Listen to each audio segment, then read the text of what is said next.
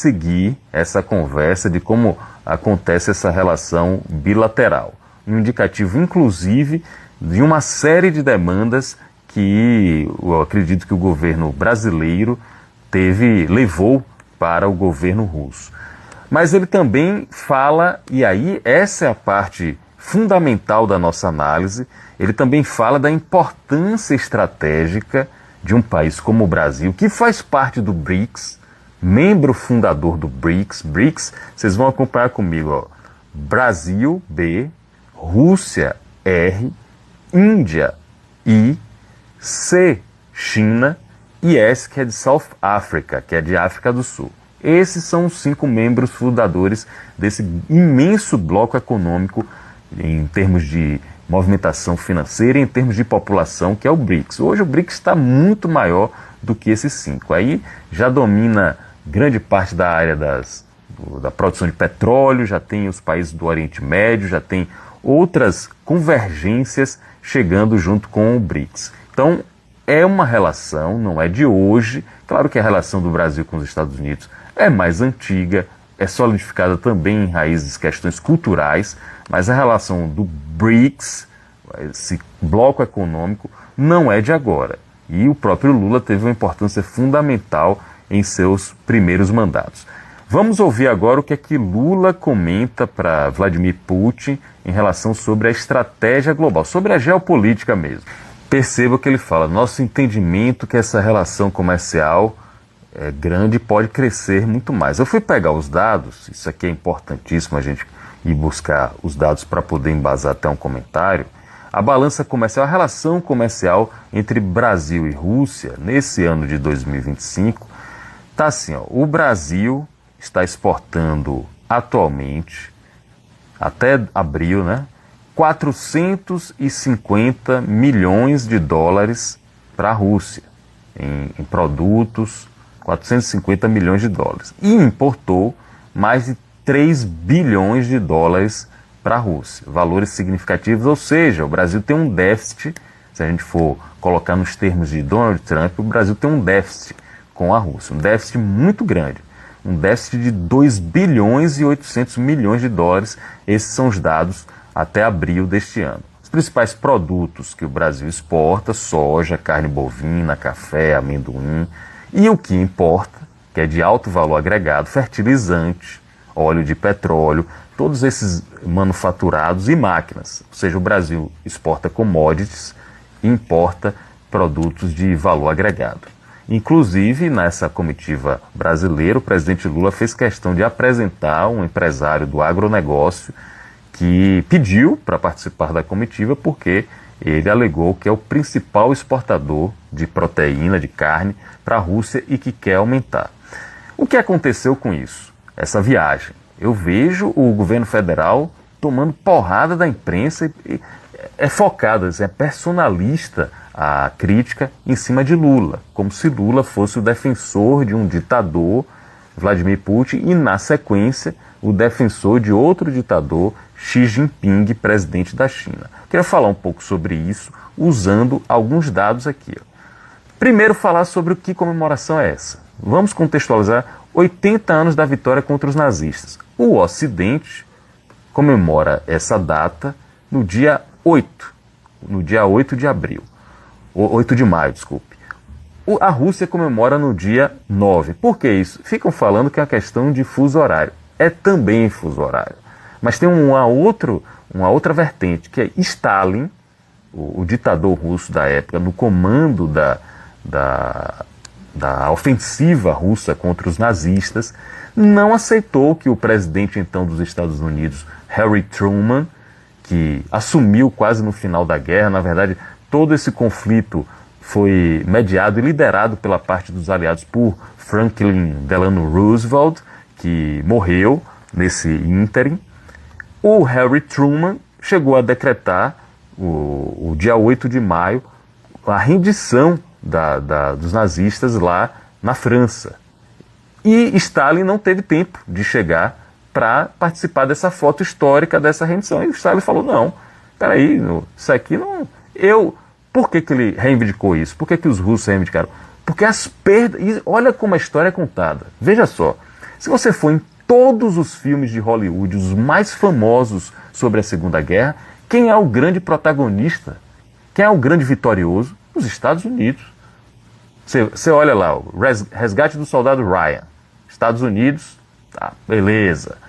Qualquer filme que a gente observe da Segunda Guerra, a lista de Schindler, tudo que é feito de produção em Hollywood, os americanos são os heróis. Tiveram uma participação muito significativa. Quando saíram de um lado do Atlântico para ir para lá, houve realmente uma ofensiva que espremeu os nazistas naquela expansão que eles tinham na Europa.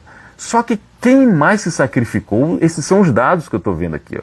Quem mais se sacrificou com essa guerra foram os russos, a União Soviética.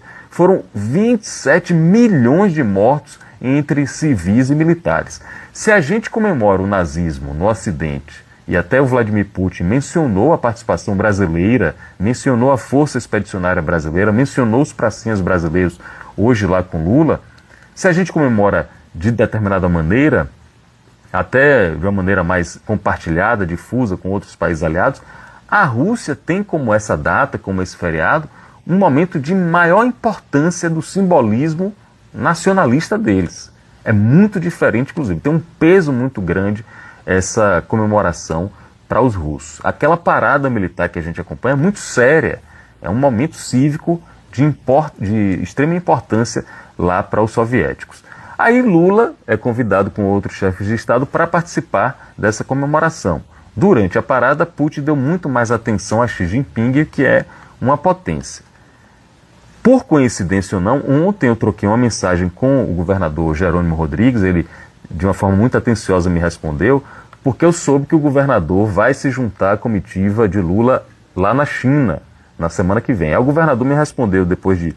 Ele tá cheio de compromisso, ele me respondeu depois de algumas horas, falou: Pablo, realmente eu estou indo para a China, vou para Xangai na semana que vem, junto com Lula. E aí eu perguntei a ele se nessa pauta poderia ter a confirmação da assinatura do contrato da ponte, que eu soube que poderia inclusive ter a chancela lá do Xi Jinping. Aí ele falou: Pablo, esse assunto está na pauta, a ponte está na pauta, mas hoje eu não tenho como te confirmar se a gente consegue realmente assinar esse contrato lá na presença de Xi Jinping. Ou seja, é um outro ponto de importância que a gente tem aqui para a Bahia. Voltemos a Lula.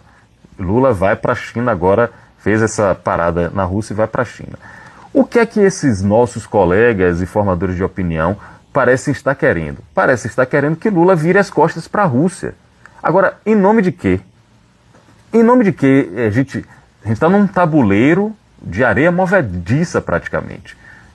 O mundo está se movendo ainda com muitas incertezas.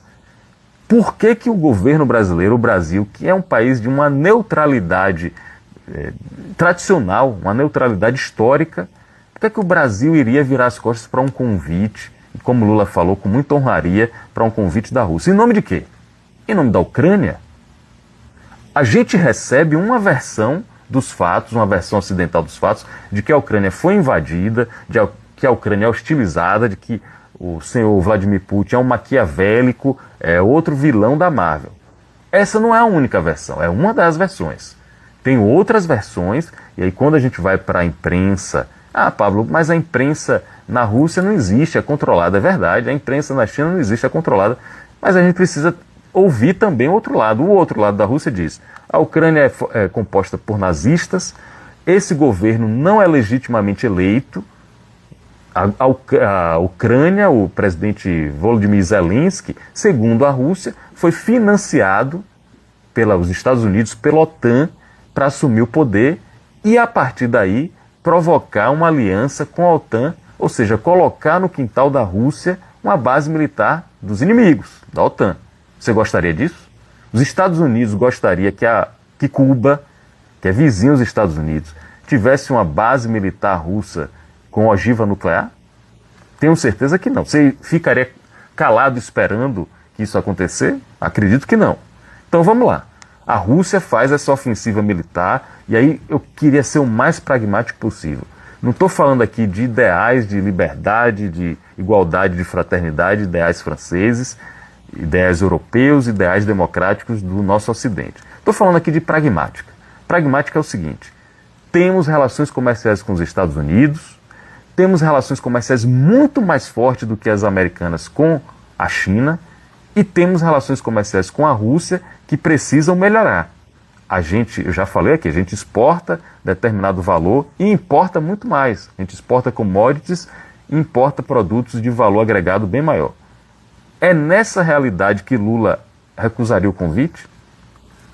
Rússia e China. Quais são os problemas de Lula estar lá junto? Já falei problemas ideológicos, tá? Problemas, fortalecimento de democracia, parece que tem uma mensagem aí meio truncada, tá? Problemas que estão apontando aqui, o Brasil vai ficar muito dependente da Rússia e principalmente da China. A gente nunca reclamou de ser muito dependente dos Estados Unidos. Nunca reclamamos de comprar produtos dos Estados Unidos e vendermos produtos dos Estados Unidos. Agora, o que é que a gente pode ganhar com isso? A gente abre um canal importante de diálogo, valoriza essa relação, temos cooperações já estratégicas no agronegócio, em algumas coisas de logística, mas podemos ganhar em tecnologia e podemos, sobretudo, ganhar em infraestrutura. Hoje, a ministra Simone Tebet do Planejamento diz que a China tem interesse em, a palavra é dela, rasgar o Brasil com ferrovias. Aí eu pergunto a vocês, o que é mais barato, rodovia ou ferrovia? O que é mais seguro, rodovia ou ferrovia? O que mata menos gente, rodovia ou ferrovia? Não seria bom o Brasil ter uma malha ferroviária renovada, inclusive com trem de passageiro de altíssima velocidade? Os Estados Unidos querem fazer isso com o Brasil. Eu estou vendo os Estados Unidos se fechando ainda mais. Os Estados Unidos vão melhorar a relação comercial do Brasil. Eu estou vendo os Estados Unidos colocando tarifas alfandegárias. Os Estados Unidos vão comprar mais e melhor do Brasil. Estou vendo eles fechando o mercado para importações. Eles querem mais exportar do que importar. Enquanto isso, a Rússia está com essas portas abertas que me parece. Eu vou fazer só uma analogia aqui para terminar, que é o seguinte. O que está me parecendo é que alguns colegas estão querendo o seguinte. Pense aí na sua empresa. Você é um funcionário, um colaborador da empresa. Aí tem 2 super ou 3 super diretores nessa empresa que mandam em tudo. Aí eles começam a brigar entre eles. O que os colegas meus estão querendo é que a gente tome partido por um diretor da empresa e renegue o outro e comece a não cumprir a ordem do outro, não ouvir o outro. Olha, bora aqui almoçar para falar de negócio. Não vou não, porque eu sou desse diretor. Ah, porque o outro diretor está me chamando, ele cometeu uma brutalidade, uma grosseria com um determinado funcionário, mas não cometeu comigo. Não foi comigo, eu estou aqui trabalhando certo, tô beleza. Porque ele cometeu uma eventual grosseria com outro, eu vou deixar de me reportar, de me dirigir a ele? Não sei se o governo federal tem tantas coisas, tem mais coisas a gente aplaudir do que a gente criticar. Realmente não sei, tem muitos problemas, a gente vai falar daqui a pouco do INSS, vamos falar das questões de arroxo de imposto, aumento de imposto, diminuição, não teve corte de gastos, mas entre as questões que eu imagino acertadas ou politicamente, diplomaticamente, estrategicamente avaliados, organizados, essa viagem da Rússia e China me parece que pode dar bons frutos. E aí vocês me dizem o que é que vocês acham, se vocês concordam ou não. 71999